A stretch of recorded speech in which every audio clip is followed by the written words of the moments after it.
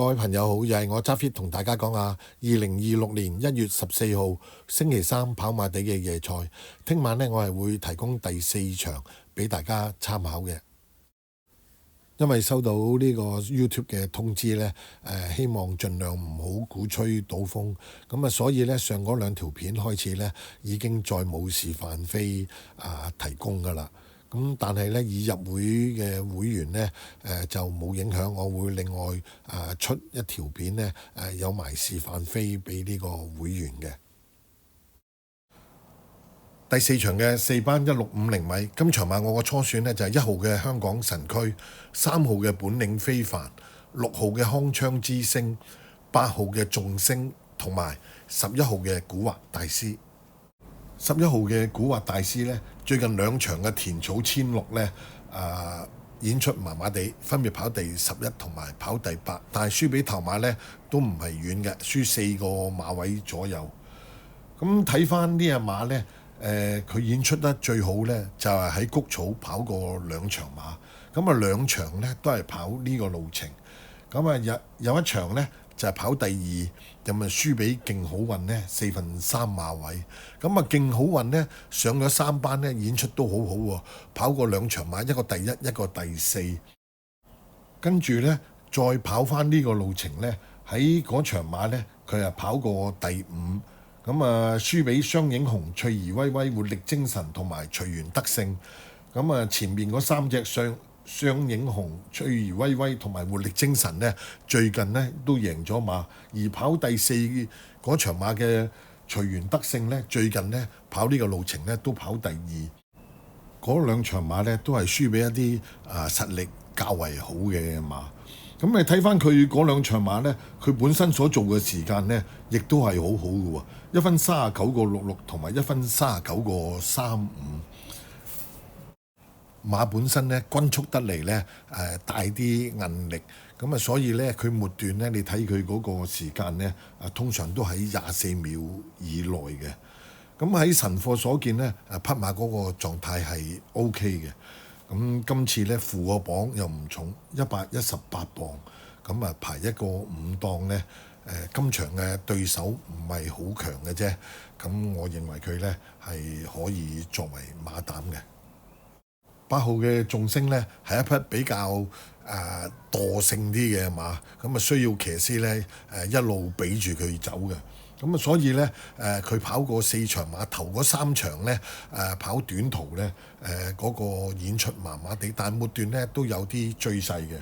咁跑完頭嗰3場短途之後呢，就大幅加程呢，就跑呢個路程。咁喺嗰場馬呢，佢排一個1檔呢，咁喺內欄嗰度呢，竄上嚟呢，就跑翻個第3。咁我覺得呢，跑過一次呢個路程之後呢，應該佢嗰個氣量同埋嗰個韌力呢，應該仲會比佢上一場跑第3嗰時呢，仲會更加好。因為呢一匹馬呢，始終都係側身出賽嘅次數唔多。咁今次排個檔位又好，排一個4檔，由潘頓跑。咁雖然呢，佢最近呢喺呢個沙田呢試一個泥地嘅1200呢，嗰個演出呢唔係咁好，但係呢，你睇翻佢喺泥地嘅試習呢，冇一次試得好嘅。咁所以呢，嗰次嘅泥習呢，當如呢係一課快跳。今仗呢換咗由潘頓跑，排一個4檔呢，我認為佢有機會呢走入前3名。6號嘅康昌之星呢，跑呢個路程跑過5次，3個第2，2次唔入圍。咁睇佢總共跑咗9場馬呢，谷草嘅1650呢係最啱呢隻馬發揮嘅。咁最近神貨所見呢，我覺得匹馬嗰個狀態呢係非常之好嘅。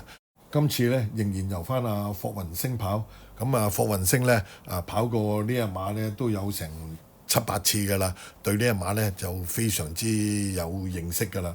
咁今場嘅6號康昌之星呢，我認為佢都會有機會呢走入連贏配腳。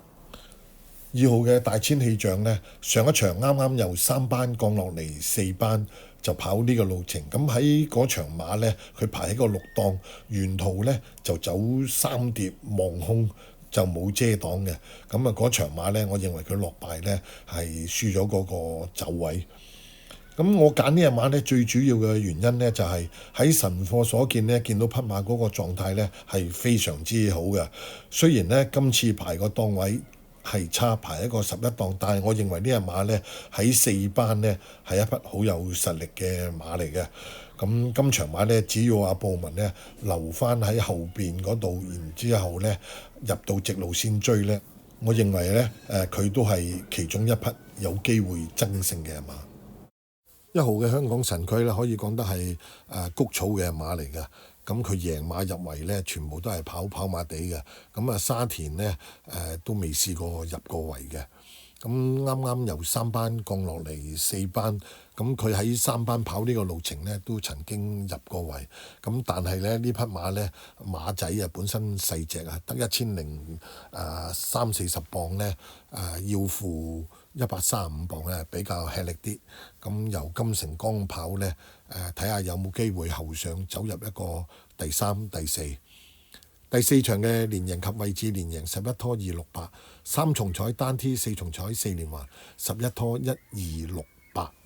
如果各位朋友有興趣想加入揸 fit 論馬群組，可以用65468512 65468512 WhatsApp 俾我。最後我都係講翻嗰幾句説話：小注可怡情，細細注玩下。祝大家好運，拜拜。